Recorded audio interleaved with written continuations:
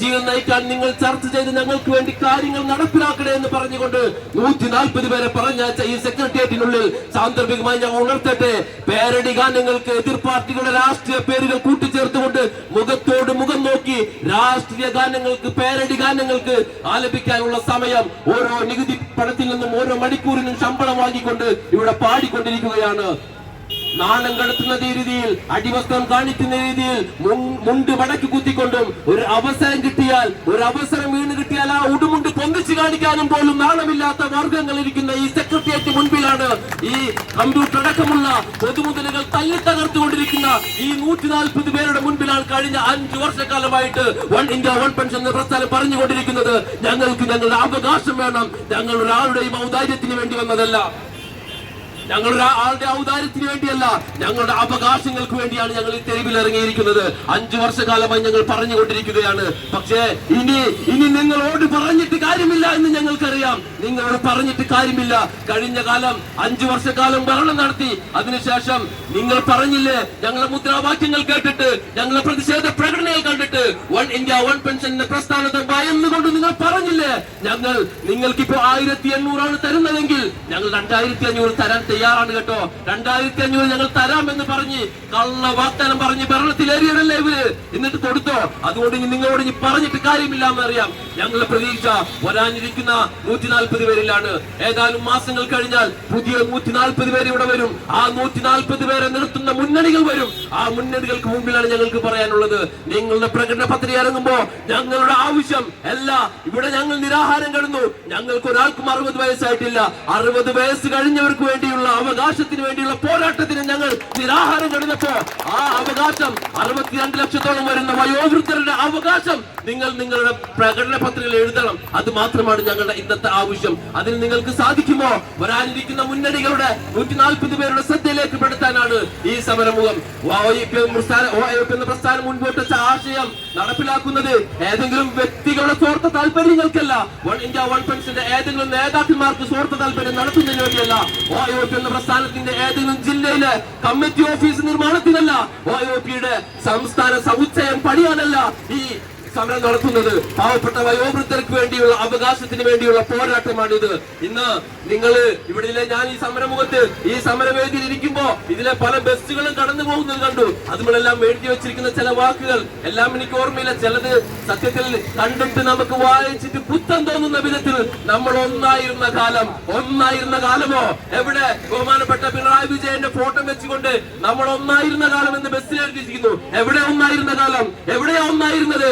3.5 കോടിയോളം വരുന്ന ജനങ്ങളില് വെറും 3% വരുന്ന ജനങ്ങൾ, 5.25 ലക്ഷത്തോളം വരുന്ന ഉദ്യോഗസ്ഥരും രാഷ്ട്രീയക്കാരും അടങ്ങുന്ന ഈ 3% ആളുകൾ ജീവിക്കുന്ന പോലെയാണോ ബാക്കിയുള്ള 97% ആളുകൾ ജീവിക്കുന്നത്?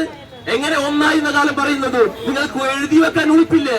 നിങ്ങൾ ജീവിക്കുന്ന നിങ്ങളുടെ വാർദ്ധക്യത്തിൽ എത്തുമ്പോ ലക്ഷങ്ങളും 50,000-ഉം 75,000-ഉം 1.5 ലക്ഷവും പെൻഷൻ വാങ്ങി ജീവിക്കുന്ന നിങ്ങളുടെ വാർദ്ധക്യം പോലെയാണോ പ്രിയപ്പെട്ട കർഷകർ ജീവിക്കുന്നത്, പ്രിയപ്പെട്ട മത്സ്യത്തൊഴിലാളികൾ ജീവിക്കുന്നത്, ഡ്രൈവർമാർ ജീവിക്കുന്നത്, കൂലിപ്പണിക്കാർ, കേരളത്തിന്റെ വിവിധ മേഖലകളിൽ ജോലിയെടുക്കുന്ന കൂലിപ്പണിക്കാർ ജീവിക്കുന്നത് നിങ്ങൾ ജീവിക്കുന്ന പോലെയാണോ?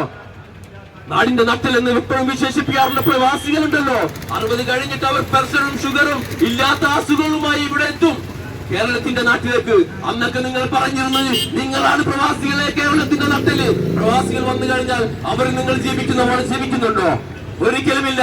അതുകൊണ്ട് നമ്മളൊന്നായ കാലം എന്ന് എഴുതി വെക്കുന്നത് മായ്ച്ചു കളയാൻ പോലും ഈ യോഗത്തിൽ വെച്ച് ഞാൻ പറയാൻ ആഗ്രഹിക്കുകയാണ്. ഒന്നായിട്ടുള്ള കാലമല്ല, വെവ്വേറെയുള്ള കാലം. പക്ഷേ ഇതിനൊരു മാറ്റം വരണം. അതിനു വേണ്ടിയിട്ടുള്ള ഒരു സമരത്തിന്റെ മുഖത്തിലാണ് നമ്മൾ ഇരിക്കുന്നത്. നികുതി പണം ഉപയോഗിച്ചുകൊണ്ട് നിങ്ങൾക്ക് മേടിച്ചു തന്ന ഇന്നോവ ക്രിസ്റ്റ പോലെയുള്ള ഫോർച്യൂണർ പോലെയുള്ള കാറുകളിൽ നിങ്ങൾ പായുന്നില്ല. ഇതില് മനുഷ്യന്മാരുടെ നെഞ്ചത്ത് പോലും കയറ്റിക്കളയുന്ന രീതിയിൽ നിങ്ങൾ പായുന്നില്ല. ഉദ്ഘാടനങ്ങൾക്ക് വേണ്ടിയിട്ട് നിങ്ങളുടെ പാർട്ടി പരിപാടികൾ, പാർട്ടി സംവിധാനങ്ങൾക്ക് വേണ്ടി നിങ്ങൾ പായുന്നില്ലേ? ഒരു വട്ടമെങ്കിലും നിങ്ങൾ വൃദ്ധസദനം എന്ന ആ അന്ധകാരത്തിന്റെ കലാശപ്പൊട്ടത്തിലേക്ക് നിങ്ങൾ കടന്നു ചെന്നിട്ടുണ്ടോ? അന്ധകാരത്തിന്റെ ഇരുട്ടുമുറിയിലേക്ക് നിങ്ങൾ കടന്നു ചെന്നിട്ടുണ്ടോ? വൃദ്ധസദനം എന്ന് ഓമന പേരിട്ട് വിളിക്കുന്ന ആ സംവിധാനത്തിലേക്ക് ഒന്ന് കടന്നു ചെന്ന് നോക്ക്. മുഖത്തോട് മുഖം നോക്കാൻ പോലും കഴിയാത്ത കൂരിരുട്ടിൽ 4 മതിൽക്കെട്ടിനുള്ളിൽ മുഖത്തോട് മുഖം നോക്കാൻ കൂടി പറയാത്ത രാവെന്നേതെന്നോ പകലേതെന്നോ അറിയാതെ ഉപ്പുനീരിന്റെ കണ്ണീര് കവിളിലൂടെ ഒലിയിച്ചുകൊണ്ടിരിക്കുന്ന എത്രയെത്ര അമ്മമാരുണ്ട്, എത്രയെത്ര അപ്പന്മാരുണ്ട്. OIOP എന്ന പ്രസ്ഥാനം മുൻപോട്ട് വെച്ചിരിക്കുന്ന ആശയം നിലവിൽ വന്നു കഴിഞ്ഞാൽ ഈ അന്ധകാരത്തിന്റെ കശാപ്പുശാലയായ വയോവൃദ്ധരെ കൊണ്ട് തള്ളുന്ന ഇടമുണ്ടല്ലോ, ആ വൃദ്ധസദനം എന്ന ഓമന പേരിട്ട് വിളിക്കുന്ന നിങ്ങളുടെ സങ്കേതം, അതിന്റെ പടിവാതിലുകൾ കെട്ടിപ്പൂട്ടിക്കൊണ്ട് താക്കോലിടാൻ തയ്യാറായിക്കോളൂ OIOP എന്ന പ്രസ്ഥാനത്തിന്റെ ഈ ആശയം നിലയിൽ വരുമ്പോ. അതുകൊണ്ട് ഞാൻ കൂടുതലായി നീട്ടിക്കൊണ്ട് പോകുന്നില്ല. ഒരുപാട് സുഹൃത്തുക്കളോട് സംസാരിക്കാനുണ്ട്, ഒരുപാട് നേതാക്കന്മാരുടെ ഉണ്ട്. ഞാൻ സ്വാഗതം ആശംസിക്കുക എന്ന കർത്തവ്യത്തിലേക്ക് ഞാൻ കടക്കുകയാണ്.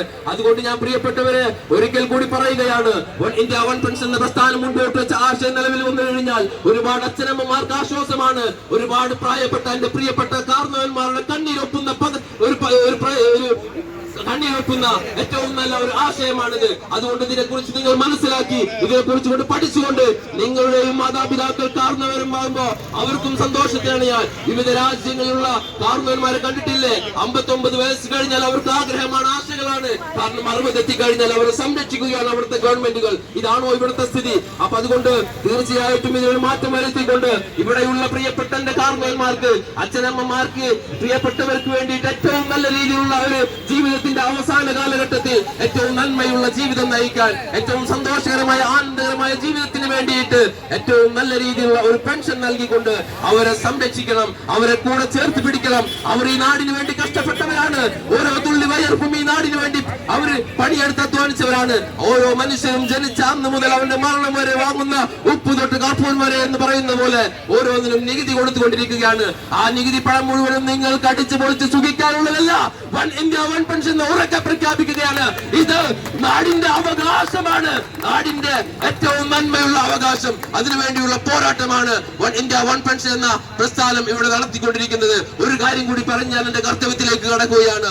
ഈ പോരാട്ടം ഇവിടെ വെച്ച് അവസാനിച്ചു എന്ന് നിങ്ങൾ ഒരാളും കരുതണ്ട. ഈ ആശയം നടപ്പിലാക്കുന്നത് വരെ, ഞങ്ങളുടെ മരണം വരെ നിരാഹാരം കഴിക്കാൻ ഞങ്ങൾ തയ്യാറാണ്. പ്രക്ഷോഭത്തിന്റെയും സമരത്തിന്റെയും പ്രകടനത്തിന്റെയും നാളുകളായി OIOP എന്ന പ്രസ്ഥാനം ഇനി മുന്നോട്ട് ജൈത്രയാത്ര ആരംഭിക്കുന്നതാണ്. ഈ വേദിയുടെ അധ്യക്ഷസ്ഥാനം അലങ്കരിക്കുന്നത് എന്റെ പ്രിയ സുഹൃത്ത് അബ്ദുറഹീം സാഹിബാണ്. അദ്ദേഹത്തെ ഞാൻ ഈ വേദിയിലേക്ക് OIOPയുടെ പേരിൽ പ്രത്യേകം സ്വാഗതം ചെയ്യുകയാണ്.